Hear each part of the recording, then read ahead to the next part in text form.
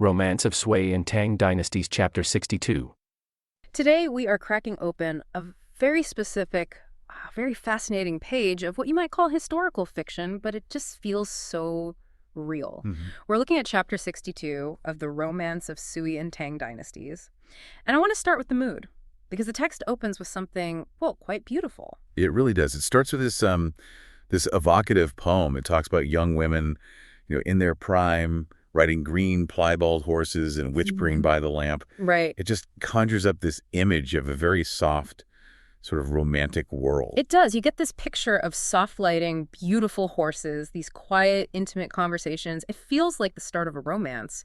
But the source material, it pulls a fast one on us right after that, doesn't it? Oh, absolutely. It uses that softness to deliver a real punch. Yeah, what's the argument? The commentary basically says, stop looking at the guys who are loudly proclaiming their virtues in public. The generals polishing their armor for the crowd. The fake moralists, as the text calls them. Exactly. The hypocrites. It says if you want to find true righteousness, the real deal, you need to look to the tender hearts of women. Which is a pretty bold claim for a saga that's usually all about warlords and battlefield glory. Precisely. We're not just looking at a wedding announcement, though. Spoiler, there is one. A few, actually. We're unpacking this complex web of loyalty, of intelligence, and a really daring secret mission. And it's all undertaken by a woman disguised as a man. Okay, so before we get to the disguise, we have to set the stage. We're in the Tang Dynasty era. What's the general vibe? The vibe is chaos and opportunity. The old Sui dynasty has crumbled. Warlords are everywhere, and the Li family, the future Tang emperors, are on the rise. It's a massive chessboard. Got it. So we drop in on the residence of the famous general Qin Shubao. It's early morning, and in the room you've got Qin Shubao, the very dashing Luo Cheng, Who the text calls Luo Gongzi. and another figure, Zhang Gongjin. They're just getting ready for the day. Yeah, they're probably having some tea, expecting to head to the Imperial court for the morning session, which was like the heartbeat of the government back then. You show up, you get your orders. But then a servant named Pan Mei walks in, and he's got some serious gossip. He's got that, I know something. Look, he tells them there's no morning session today. And that's a huge deal, right? You don't just cancel morning court. It's like the stock market not opening. Exactly. It implies something big is happening. And Pan Mei drops the bomb. An edict went out in the middle of the night. An emergency edict. And it's not about troops or taxes. The emperor sent 2 eunuchs and a top official, Yuan Shiji, all the way to a place called Laixia. And who are they summoning from Laixia? 2 women, Princess Du, also known as Yuqianyang, and another woman, Hua Yulan. Okay, so I love the reaction in the room here. Luo Cheng, the young general, he's immediately skeptical. He says something like, this news may not be accurate. He's the critical thinker. He's not going to act on a rumor. He wants confirmation. But Pan Mei, the servant, he pushes back. He does. He says he verified it with Jin Ling, a servant from the Du household. It's that classic, I heard it from a guy who knows a guy situation. But in this world, that's how real intel travels, right? The servants knew things first. Absolutely. So the information seems solid enough that they can't just ignore it. They decide they need to go see the smartest guy they know. Yu Maogong, the strategist, the brains of the operation. But when they get to his house, he's already gone. He's ahead of them. He's already at the West Palace. Which forces them to escalate. They have to go straight to the source of power. The Prince of Qin, Li Shimin. Okay, let's unpack this scene at the palace because the visual details are fantastic.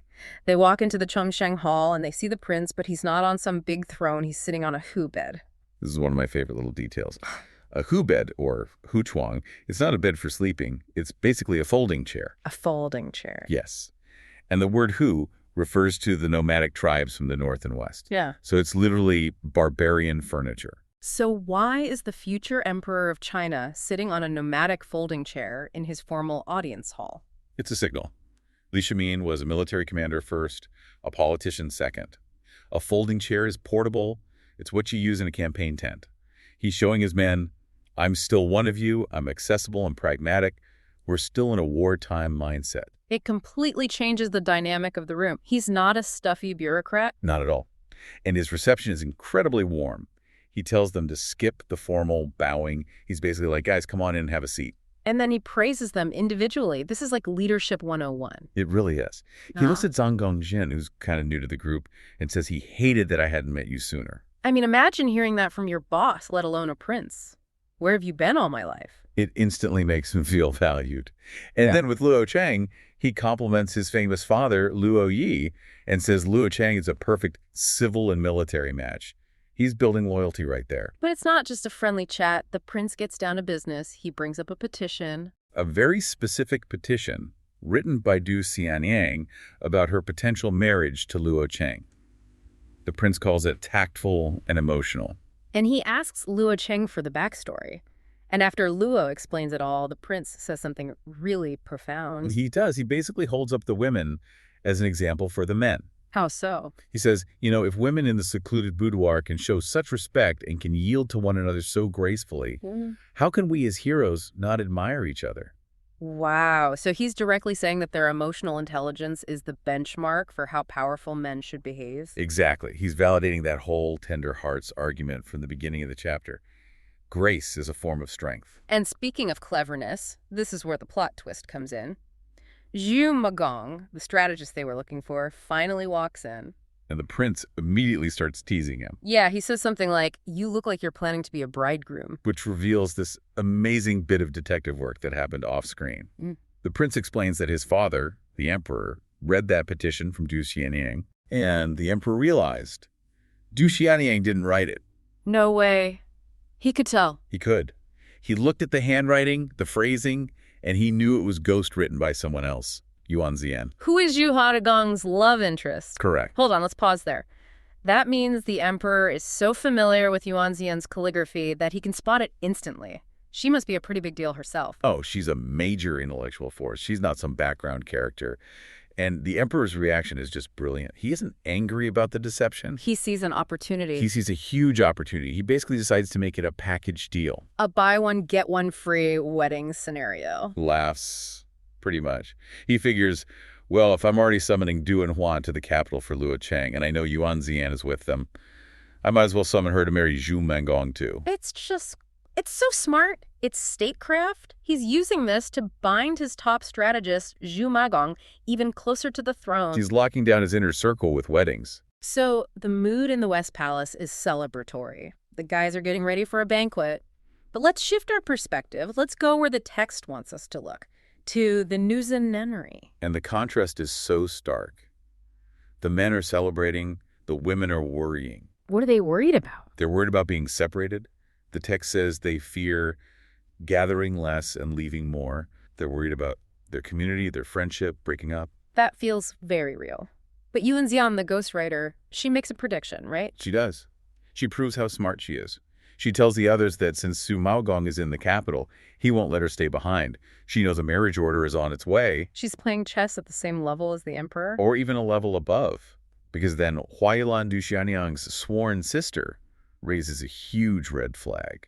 A problem that none of the men, not the prince or even the emperor, have considered. And what's that? It's filial piety.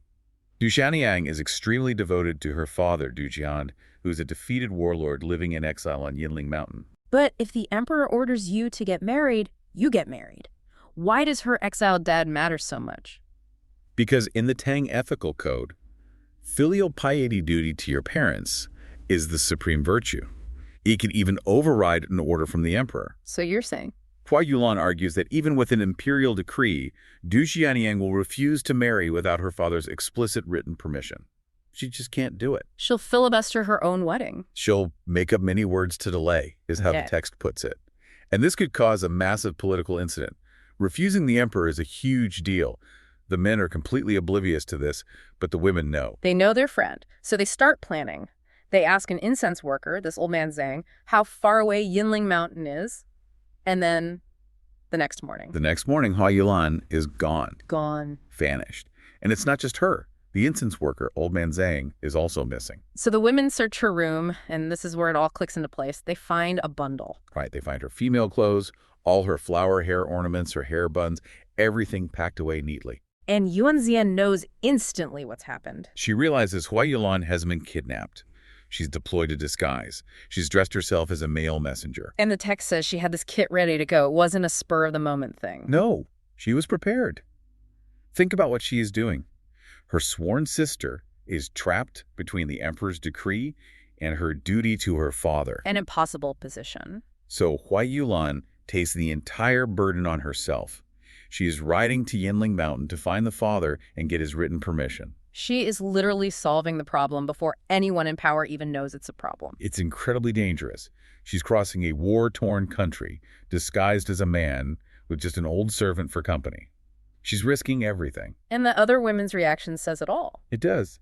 They say unexpected that at such a young age, she has such courage and wisdom, daring to act and daring to do. Daring to act and daring to do. That's the key. While the men are in the palace planning a party. Congratulating themselves on their good fortune. Huai Yulan is on a horse, in disguise, making sure the entire political alliance doesn't collapse over a family issue. It connects perfectly back to that intro. The real heroism is here, in this secret mission. It's done out of loyalty, not for applause. If she succeeds, no one will ever even know there was a crisis to begin with. That's the kicker, isn't it? If she does her job perfectly, she gets zero credit because the problem just evaporates. Exactly. It forces you to redefine what action even means in these stories. Action here isn't a battle. It's foresight. It's emotional intelligence.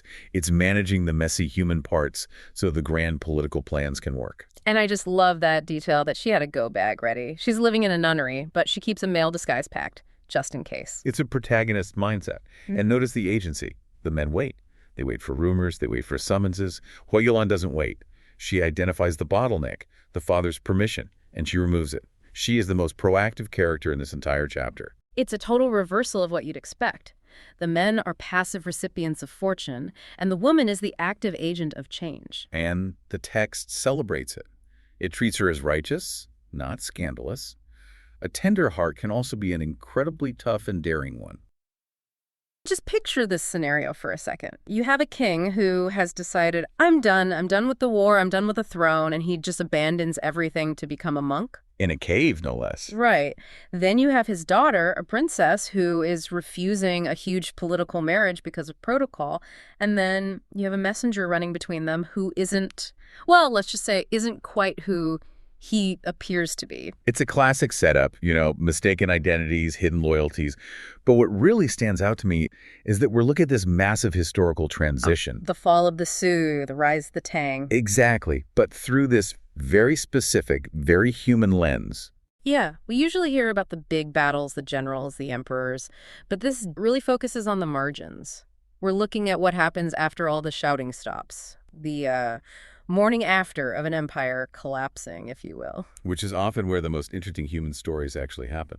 We're looking at filial piety, the art of persuasion, and honestly, the incredible resilience of women trying to survive this total collapse. So let's set the board. Huai Yulan. Right. But she is currently dressed as a man. She's traveling with an elderly worker named Zhang. A classic disguise trope. I love it. But why the disguise? Is it just for, dramatic flair? No, it's purely for survival. You have to remember, the countryside is just crawling with soldiers, bandits, refugees. A young woman traveling alone is a target. Of course. So by dressing as a man, she gains mobility. She gains a certain level of invisibility. It allows her to be an agent in the story, not just a victim. So she's got the disguise, she's got the elderly sidekick. Where are they headed? They are hiking up Yinling Mountain. Mm-hmm. And they're looking for 2 monks. But these aren't just any monks. They're looking for Master Juneng and Master Jude. Okay. But in their past lives, their very recent past lives, they were the warlord King Dujiandi and his general, Sun Anzu. Whoa. That is quite the career pivot. It's a drastic change. Warlord to monk. Talk about a rebrand. I mean, Dujiand was a major contender for the throne. He fought huge battles. But after being defeated, he has completely withdrawn from the world. He's hoeing fields, living in his stone chamber. He's trying to wash his hands of the whole political mess. He's basically said, I'm out. No more emails, no more battles. I'm growing vegetables. Precisely. He wants peace. But the political mess is literally climbing up the mountain to find him. So Huai Yulan, dressed as this young man, finds him. And you can just imagine the tension. Yeah. You're a monk, you've sworn off the world, and suddenly a messenger shows up dragging you right back in.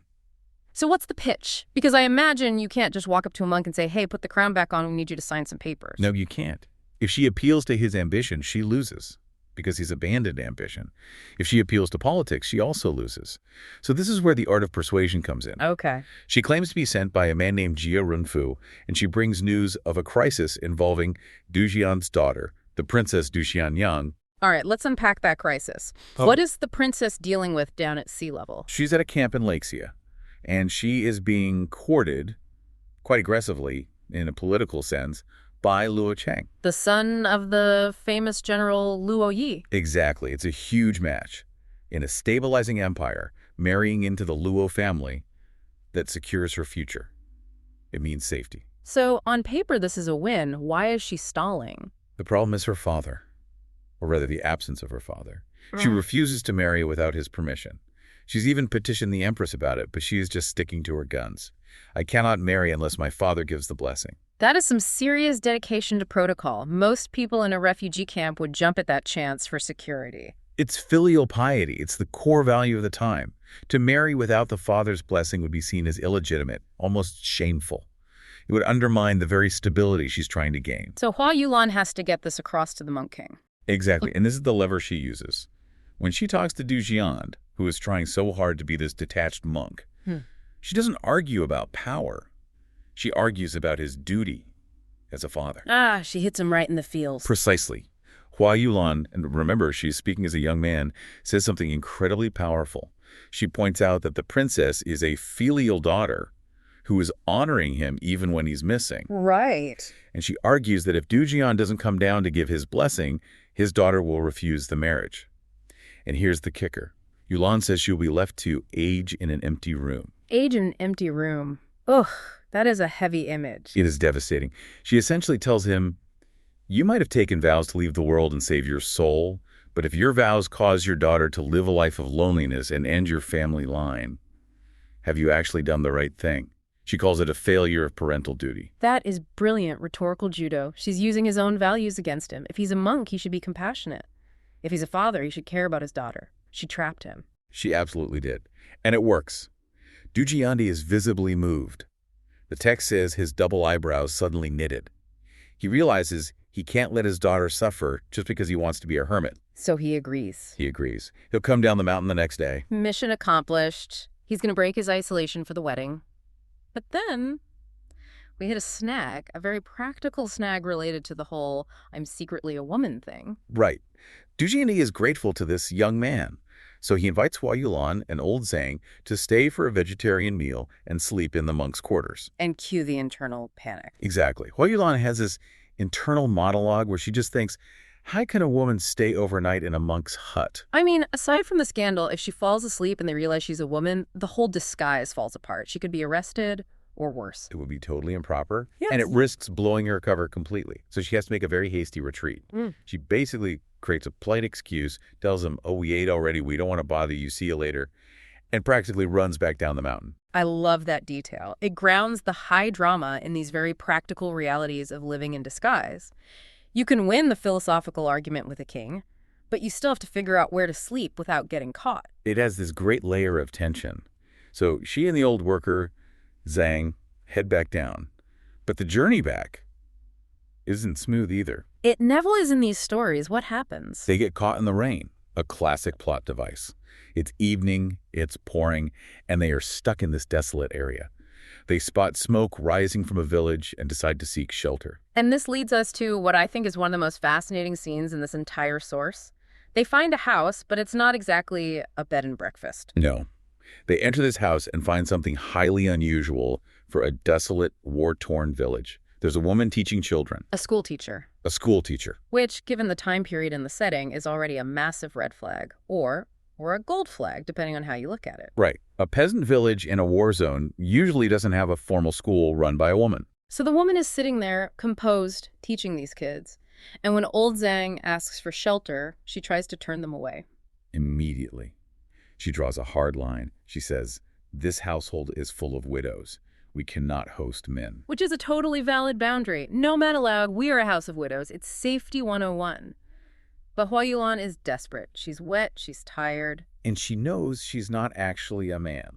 So what does she do? She pushes her way in. She tells the woman, don't refuse us. I am also a woman. And the teacher is probably looking at this person dressed in men's riding gear, covered in mud, like, yeah, right, likely story. The teacher is highly skeptical. She actually threatens to call the local authorities to have this young man arrested for being a creep. So Hua Yulan has to provide proof. Immediate, undeniable proof. And this is where the cultural context gets really specific. What's the proof? She takes off her boots. She takes off her boots. Yes, to reveal her golden lotus, her bound feet. Now, we have to look at this through the historical lens of the time. Foot binding was a practice associated with the upper class, the elite. Okay. A male peasant, a soldier, or even a regular working class woman would not have feet like this. Right. A soldier would have large, calloused feet for marching. A peasant woman would have natural feet for working the fields.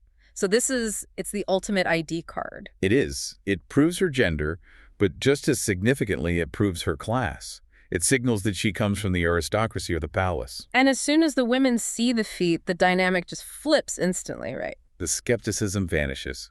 They invite her in, they sit her down, and the truth comes out. And this is where we discover who these widows actually are. This is the reveal that just blew my mind. These aren't just random village women. Who are they? They are former consorts of the fallen Sui dynasty, specifically Lady Jia, Lady Luo, and Lady Jiang. Whoa, so we're talking about the ex-wives or ex-concubines of the previous emperor? Essentially, yes. High-ranking women from the inner palace. When the Sui dynasty collapsed, the palace was likely sacked or abandoned. These women fled. And now, look at their lives. Lady Jia, who is educated, is teaching village children to earn rice. And the others. Ladies Luo and Jiang are doing needlework and sewing, just to survive. That is such a vivid picture of regime change. I mean, one day you're walking through the Imperial Gardens wearing silk, surrounded by servants. The next day you're haggling over the price of sewing thread in a muddy village. It's a massive status drop. But what's so fascinating is how they handle it. They aren't wallowing. They aren't waiting for a hero to save them. They're surviving. They've built this little economy for themselves. It completely upends the stereotype of the helpless damsel. These women are tough. And when they realize Hua Yulan is this brave woman traveling in disguise, there's this instant click. Yes, the source text uses a phrase that roughly translates to the intelligent appreciate the intelligent. Or Game recognizes game. Exactly. Heroes cherish heroes. They realize she is a kindred spirit, and they bond immediately. In fact, they refuse to let her leave the next morning.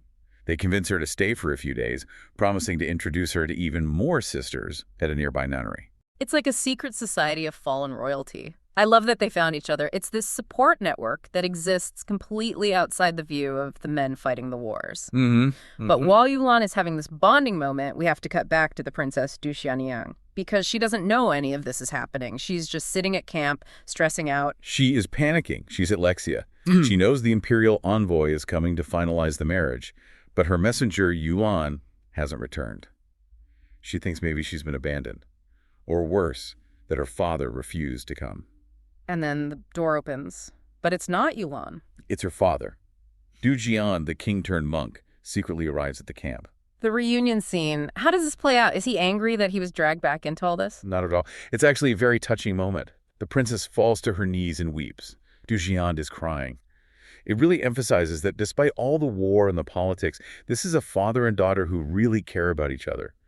He tells her, I only came back for your marriage. Once this is done, I'm going back to the mountain. He's got one foot out the door already. But then the conversation takes a funny turn. He starts asking about the messenger. He does. He asks about the clever young man who came to persuade him. He says, where is that guy? He had such elegant words and earnest emotion. And the princess has to break the news. She tells him, Father, that wasn't a man. That was Hua Yulan in disguise. I'm really curious about his reaction here. In a lot of stories from this era, a woman dressing as a man and tricking a king might be seen as, I don't know, deceptive or disrespectful. But he's not offended. He isn't. No, and that's key to his character here. He is just stunned. He says something like, how could a servant and a woman speak with such eloquence and logic? He's genuinely impressed. He also realizes that Yulan must have swiped the draft of the petition from the princess's luggage to use as proof. She stole the document. She did. She needed credentials to prove she was legit, so she just took them. Du Jian realizes he's been completely outsmarted and outmaneuvered by this young woman, and he's not even mad about it. He's just amazed. It really highlights Yulan's competence. She didn't just deliver a letter, she orchestrated the whole thing. But then they realize, wait, where is she? Right. Du Jian says, she came up the mountain, I came down. Where did she go? They realize she's missing. And this just adds to the tension because the imperial officials are literally walking up the driveway. A clock is ticking. Okay, let's talk about the arrival of the imperial decree. This is the official wrap-up of the political plotline. So the officials arrive, Qi Shangxing, Yuan Shiji, along with eunuchs. This is the official power of the new Tang dynasty showing up. Du Jiandi has to hide in the back room while all this pomp and circumstance is happening out front. It's kind of sad, actually. He's the father of the bride, the former king, but he has to hide in a closet while government officials are in the living room. It is a stark reminder of his fall from power. He voluntarily stepped aside, but the reality involves this huge loss of face. So Jia Runfu, the advisor, receives the guests, and the eunuch pulls out the golden edict and asks a very specific question. Which is? He asks if the three ladies are living together or separately. 3 ladies. I thought we were just talking about the princess getting married. That's the surprise. Yeah. The edict lists 3 women to be honored or married off. First, obviously, Du Jianyang, the princess. Second is Hua Yulan, our disguised messenger. She made the list. She did. Her loyalty and intelligence had clearly been noted by the powers that be. And third is Yuan Xian, the wife of Zhu Maogong. Where did she come from? We haven't really mentioned her yet. She serves as a parallel to the other women. She's been living next door, essentially. When her name is called, they have to send someone to fetch her from her house. So it's like a roll call. Princess, here. Messenger, missing. Neighbor, coming. Exactly. And the climax of this scene is really interesting visually. You have these women, Xianyang and Yuan Xian, who have been living in camps or hiding out. But when the edict arrives, they switch modes. They change out of their plain clothes. They put on their formal attire. Right. The text mentions that because they lived in the palace before, they know all the stats and rituals. Muscle memory. Yes. Even though their empire has fallen, they still know how to receive an imperial decree with perfect etiquette. They know exactly when to bow, when to kneel. It's a performance of dignity. It's almost like they are reclaiming their status for a moment. The king is hiding in the back, terrified of being seen, while the women are out front, perfectly executing the rituals of power. That is a fantastic observation. The men in this story are either hiding, like Du Jian, or dead, or just following orders, like the envoys. The women are the ones connecting the dots, maintaining the culture, and securing the future. With the women stepping up to receive their new fates, while the former king hides in the back, and our hero Yulan is still having tea with the widows in the village. Usually when you mention the Sui and Tang transition, people want the highlight reel. They want the big battles. Exactly. The generals swinging massive hammers, the palace coups, the blood on the throne room floor. Which is fair. I mean, that's a blockbuster movie version of the era. It's what sells tickets. High stakes, high adrenaline. It is. But we're doing something a little different. We're looking at the morning after. The logistics. Yes, the war is winding down, the dust is settling, there's a new emperor in charge, and suddenly you have this cast of characters. Powerful women, cunning officials, old servants. And they're all just trying to figure out one thing. Okay, I survived. Now how do I get back to the capital without getting killed or arrested? It's the logistics of peace, which honestly can be just as cutthroat as the logistics of war, just with more paperwork. So we are not tracking an army. We're tracking a reunion. Right. We're looking at a group of formidable ladies and some very slippery court officials navigating their way back to Qing. And you'll see we've got missing persons, secret decrees, and some surprisingly cold, pragmatic decisions about marriage and money. What really stands out to me in this text, and what I hope you pick up on, is this theme of connection. Oh, absolutely. In this era, your survival didn't just depend on your sword arm or, your bank account. It depended on your network. Who you knew. Exactly. Who you knew, who you were related to by marriage, and who owed you a favor from 10 years ago. It's this web of relationships that literally acts as a safety net. So let's just jump right into the first scene. We're in the middle of this messy transition period. We have a character, Yuan Xian. She's sharp, she's important, though she's living a quieter life now. Right. And she runs into 2 eunuchs, Zhang and Li. But this encounter is fascinating because it tells us so much about how regime changes actually worked on the ground. These aren't just random bureaucrats. These are survivors. Let's unpack that, because Yuan Xian recognizes them immediately. Yeah. She asks, wait, aren't you the Zhang who served in the Sanren Palace? And aren't you the Li from the Hua Tower? Yeah. These guys are holdovers from the previous dynasty, the one that just collapsed in flames. Precisely. And we have to understand the stakes here.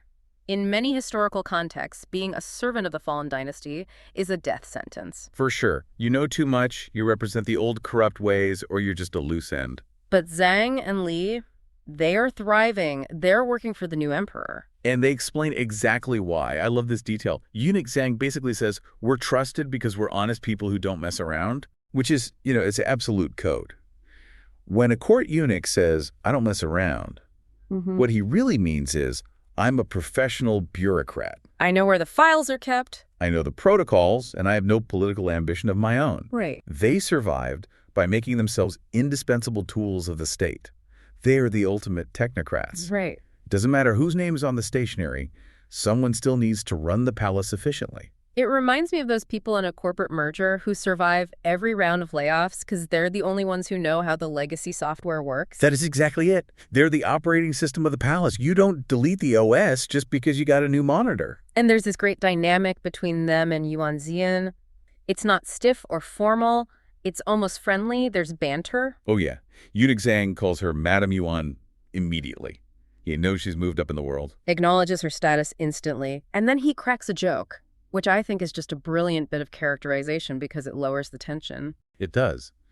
They're talking about Zhu Maogong, who is a major figure, a brilliant strategist and general for the new dynasty. A scary guy. A very scary guy.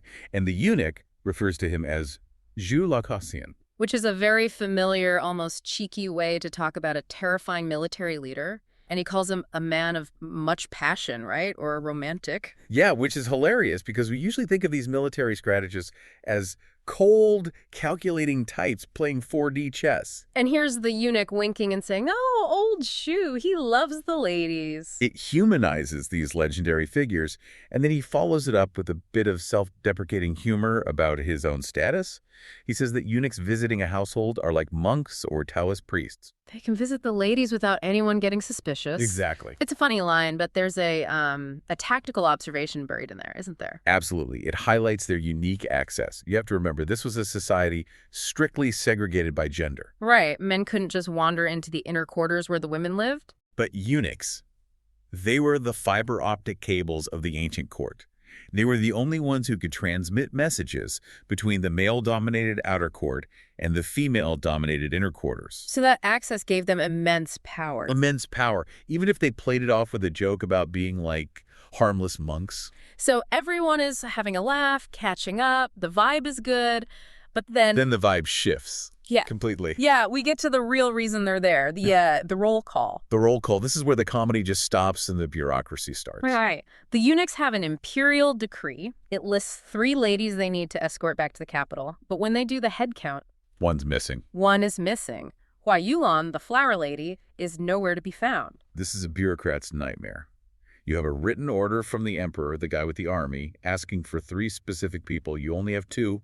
Not good. That is not a fill out a form and fix it later situation. That is a lose your head situation. So Yuan Ziyan, quick on her feet, she tries to cover for her. She says, oh, she's just visiting a relative. She'll be right back. Classic stalling tactic. She's trying to buy time. But it falls apart.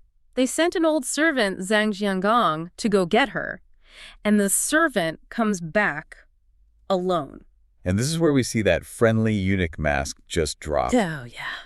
This is a crucial moment in the text to understand the nature of power. Eunuch Zhang goes from joking about monks to absolute homicidal rage in a split second. He really loses it. The servant, Zhang Jiangong, tries to explain. He says, look, I found her. She's at Widow Yin's house. But there are 3 women there who physically wouldn't let her leave. They forced me to come back alone. To the eunuch, this just sounds like a lie. A lie or a kidnapping plot or some kind of human trafficking scheme. He accuses the old servant of selling her or deceiving them. And he orders his guards to chain the old man up immediately. It seems so harsh, doesn't it? It does. Chaining up an elderly servant just because he came back empty-handed. It's harsh to us. But look at the incentives. If Eunuch Zhang returns to the emperor and says, sorry, lost one, he's finished. He needs a scapegoat. Immediately. He's creating a paper trail of blame. Yes, exactly. By arresting the servant, he's showing that he's taking action. It's a survival instinct. If he can't produce the girl, he has to produce a culprit. Thankfully, we have a cooler head in the room. Du Xianyang, who is a princess and a warrior, steps in. And Du Xianyang is fascinating here. She doesn't scream. She doesn't draw a weapon. She uses resources. She solves the problem with logistics and liquidity. She pulls out the silver. And I want to get into the details here because the text is very specific about the amounts. It is. She gives 5 kien of silver to the guard, Wu Liang, and gives 1 tael of silver to the old servant for travel expenses. So she de-escalates not with a sword, but with a budget. Precisely. I want to pause on the math there for a second. 5 kien versus 1 tael. For our listeners who aren't converting ancient currency in their heads, what's the significance there? So generally speaking, a tael is worth 10 kien. It can vary by era, but that's the standard conversion. Okay, so she creates a deliberate disparity here. She gives the guard 5 kien. Half a tael. Right. That is shut-up money. That's a tip to smooth his ruffled feathers and get him to stop chaining up the old man. But she gives the servant, the guy who failed the first time, a full tael. 10 kien. Wait, she gives the servant double what she tips the guard? That seems counterintuitive. It's actually brilliant management. She isn't rewarding the servant for failure. She's funding the mission. Oh. She knows the servant needs resources to go back, travel, maybe bribe someone at the widow's house or hire a cart. So she invests the heavy capital in the actual labor, in the solution. She differentiates between the cost of compliance paying the guard and the cost of operations paying the servant. That is a masterclass in management. She's effectively saying, stop the drama, here's the cash, go fix it. Exactly. Money talks, and in this case, it talks louder than the eunuch's rage. Okay, so crisis averted temporarily. The servant and the guards head out to Widow Yin's house to find this missing flower lady. Which leads us to our next segment, which is basically a standoff at a random widow's house in the countryside. This scene, it plays out like a mystery reveal. You have Hua Yulan trying to leave, and you have these 3 mysterious women holding her back. It's chaotic. The eunuchs burst in, ready to arrest everyone for obstruction of justice. And then, the eunuchs just stop dead in their tracks. They know these women. They do. And this is where the deep dive gets really interesting, especially regarding the legitimacy of the new dynasty. These aren't just random country women. No. They are Madame Jia, Madame Luo, and Madame Jiang. They were ladies of the 16 courtyards under the old regime. Okay, ladies of the 16 courtyards. That sounds incredibly fancy, but what does that actually mean? These were high-status imperial consorts or ladies-in-waiting from the previous emperor's inner circle. They were the elite of the elite in terms of beauty, culture, and status. And when the dynasty fell? They scattered, hiding in the countryside to avoid being captured by soldiers or bandits. They went from wearing silken palaces to hiding in a widow's spare room. So they've been hiding out, and suddenly they're face to face with the eunuchs who used to serve them, and here comes the plot twist. The big one. Eunuch Zhang doesn't arrest them for treason. He pulls out a secret decree. This is the moment that changes the whole tone. The emperor didn't just ask for the 3 ladies we knew about. No. He secretly told the eunuchs, if you find any of the ladies from the 16 courtyards, bring them back too. That is suspicious. What, a secret decree? Why not just announce it? Yet is the million-dollar question. If he announces it publicly, it looks like he's just as obsessed with luxury and women as the bad emperor he just overthrew. Bad PR. Terrible PR. He wants to look like a stoic moral leader, but privately. He wants the prestige. So is this benevolence? Is the new emperor trying to save these women from poverty, or is he collecting them like trophies? It's ambiguous, probably intentionally. But you think about it. If you possess the old emperor's palace, his seal, and his women, you possess his mandate. It creates a continuity of legitimacy. It's a form of political branding using human beings. Well, the ladies certainly have a debate about it. They huddle up, Madame Jia, Madame Luo, Madame Jiang, and they have this very pragmatic conversation. They do. They basically say, look, our color hasn't faded yet. Meaning, we're still young and beautiful.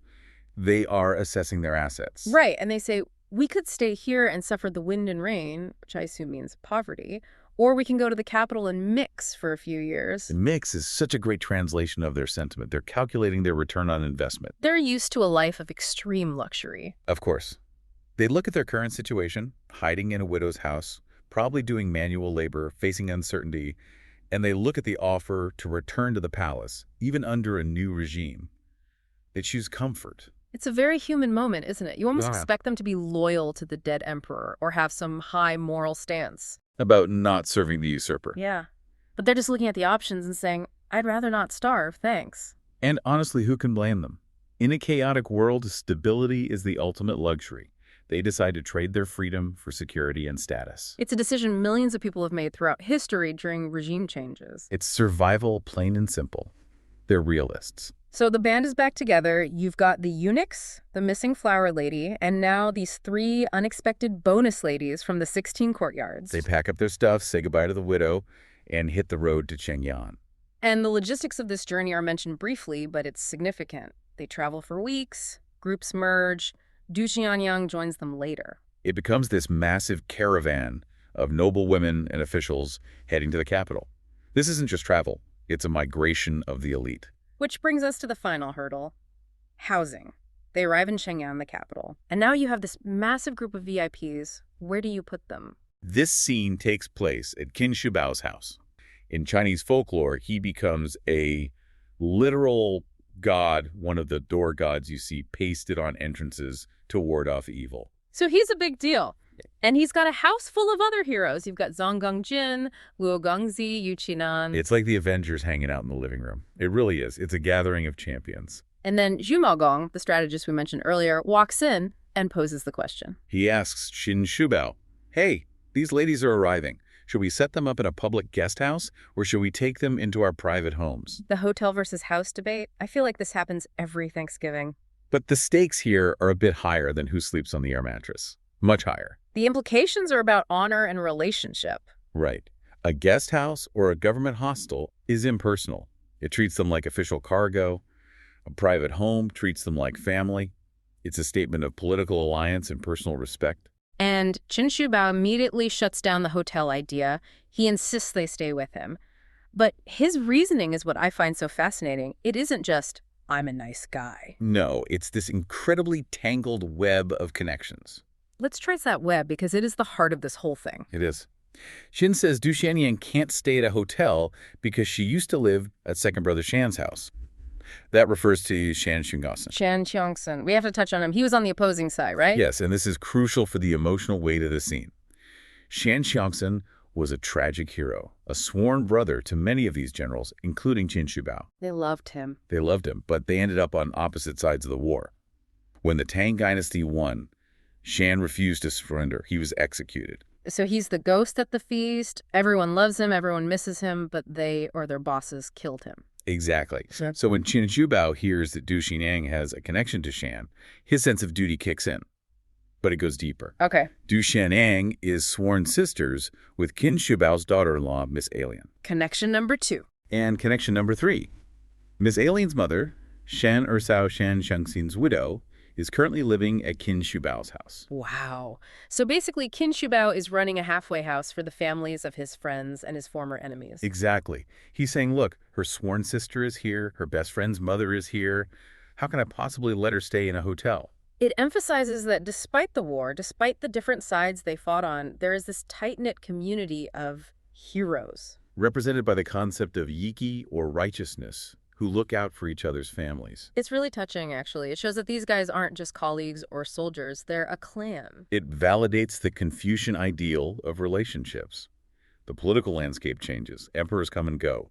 But the brotherhood and the family ties remain constant. And Qin Shubao offering his home is the ultimate act of stabilizing the chaos. He's knitting the social fabric back together. He is saying, the war is over and your family is my family. So the decision is made. No hotel. They're staying at Qin's place.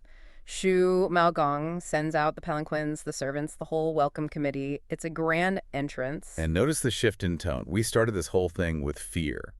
The missing lady, chains, threats of death on the roadside. And we end with a grand reunion, families merging, and a wedding on the horizon. Order has been restored. It has. Okay, let's shift scenes. How the Tang court solved it. How they transformed this group of, really diverse women. We're talking former enemies, daughters of warlords. And ladies left over from the fallen Sui dynasty palace. So let's unpack this. It all starts at the 10-mile pavilion, just outside the capital. And that location is so significant. In these novels, it's always the boundary, between the wild world of war and the civilized world of the court. A massive retinue arrives, escorted by Yuan Shiji. And the welcome committee is serious business. You've got the top generals waiting, Luo Cheng, Zhang Gangjin, and the famous Qin Shubao. But I want to focus on the cargo, if you can call it that. because the text divides them into two very distinct groups right away. It does. First, you have let's call them the high-value political assets. There's Du Xianyang, a warlord's daughter. A warrior princess type. Totally. Then there's Hua Yulan, another warrior woman, and Yuan Zian, who's a scholar and a strategist. These aren't damsels in distress. No, these are capable, even dangerous women. They represent the new blood coming into the dynasty. And then in a separate group, you've got three older ladies, Lady Jiang, Lady Luo, and Lady Jia, former concubines from the fallen Sui dynasty. They represent the old guard. They're spoils of war, in the most literal sense. And right off the bat, the text gives us this fascinating lesson in logistics and hierarchy. It's so subtle, but it tells you everything. Zhang Gongzhen points out, they can't just park all these carriages outside the city. They need housing for the night. So Qin Shi Bao steps up. He offers his own home, and the text calls it a magnificent residence to host the VIPs. So Du Xianyang, Hua Yulan, and Yuan Zian. Basically, the cool kids get the mansion. Exactly. But what about the three Sui ladies? They get sent to the official courier station, essentially the government post house. Which feels a bit like being sent to a Motel 6 while your colleagues check into the Ritz. It creates a clear distinction before they even set foot in the palace. It's like you are here to be processed, not celebrated. And the next morning, the real action begins. The Tang Emperor, Empress Du, the consorts, they're all enjoying the flowers in the royal garden. And they decide it's time to summon this group. But here's where it gets really interesting. They bring in the three Sui ladies first. And the interview process is, well, it's blunt. Extremely blunt. Empress Du just asks straight up, how old are you? No small talk. Nothing, just straight to the birth certificate. No filter at all. A eunuch steps in to answer for them. He says they entered the palace at 16 or 17, and now they're around 30. Which, to a modern ear, sounds incredibly young. But in this context. In the context of the Emperial harem, and especially compared to the teenage warrior heroines we're about to meet, they're considered past their prime. The text even says their appearance is slightly inferior. Right, though it does add they're still dignified. But then we get this great moment of courtly sarcasm. Oh, from Consort Zhang. Yes. Consort Zhang turns to the emperor and sort of jokes, hey, since you summoned them, maybe you should build a West Garden to house them. Which is total code for, are you planning to add them to your own collection? Precisely. It's a dab of jealousy, but it's also deeply political. The Sui dynasty fell because the last emperor was obsessed with women. She's subtly testing him. Are you going to be like the guy you just overthrew? But the emperor shuts that down immediately. He says, don't worry, this isn't for me. He has a plan. He turns to the Prince of Qin, Li Shimin, and asks for a list of eligible bachelors. And Li Shimin just rattles them off. Wei Zhang, the famous advisor, Luo Shixin, Yu Qigong, the fierce warrior, and Cheng Ziji, the guy with the giant axe. So the stage is set. The emperor has the inventory, the ladies, and he has the recipients, the generals. But before the matchmaking, we have to talk about the younger heroines. The incident with the pearl. Yes, because this is the most bizarre and, technically specific part of the story.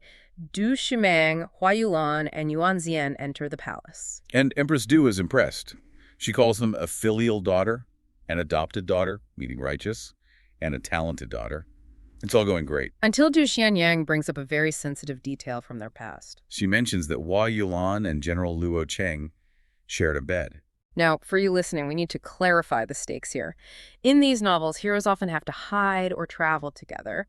But in a strict Confucian society, an unmarried man and woman sharing a sleeping space, even fully clothed, is a massive scandal. It's a career ender. Oh, absolutely. Even if nothing happened, the proximity alone destroys her reputation. And it destroys the honor of any man who marries her. It makes him look like he's taking damaged goods. Right. So Du Xianyang insists they never touched. She uses the phrase, bodies not stained.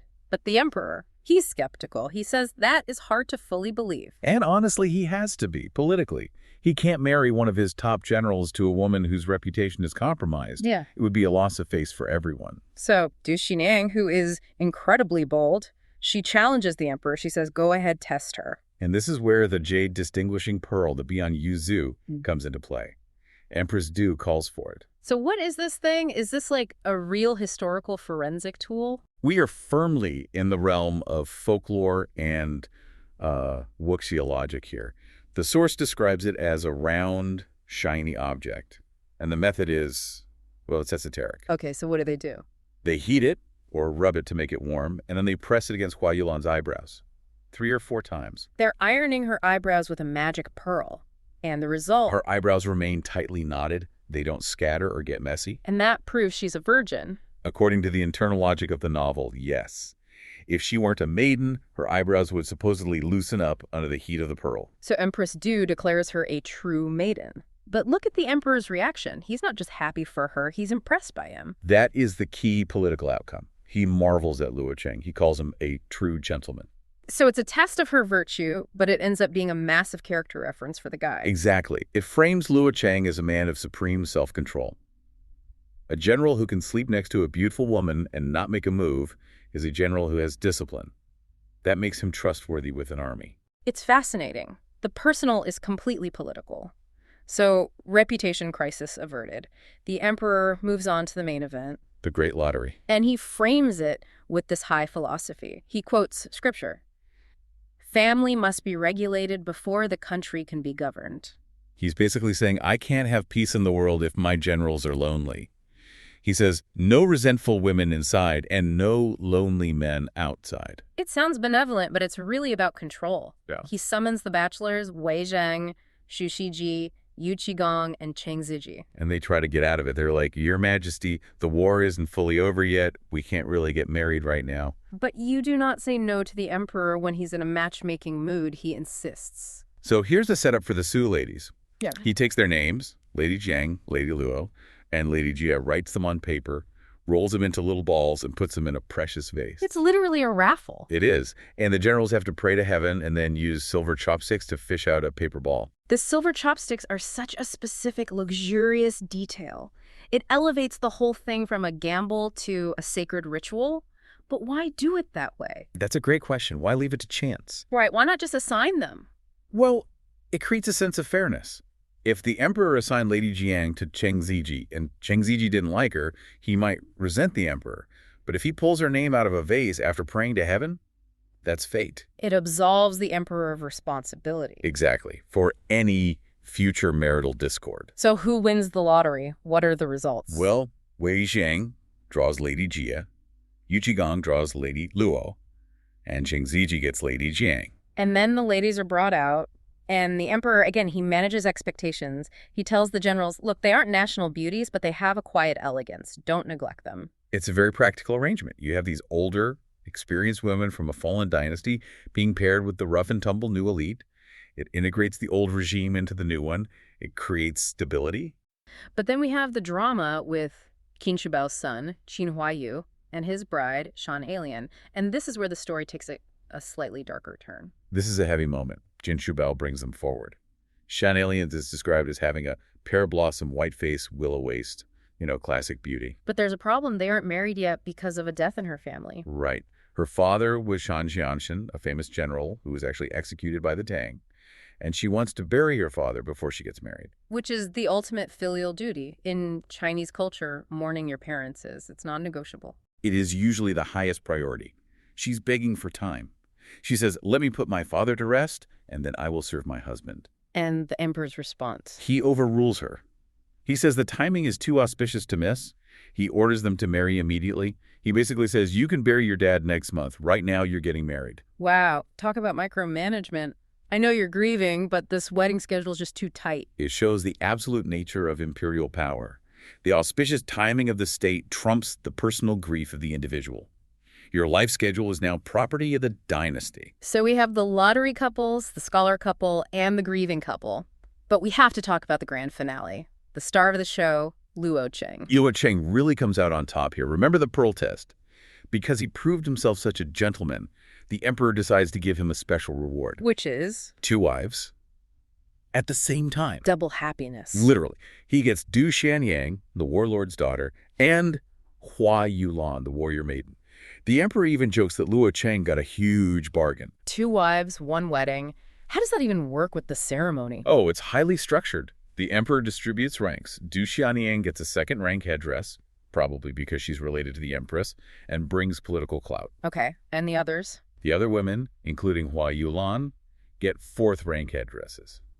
So even in a triple marriage, there's a clear pecking order. Always. And then they get gifts Flower red, those festive silks and gold and pearls. And we get this grand exit procession, which is visualized so perfectly in the text. First, the lottery couples, the generals and the Sui ladies, leave in pairs.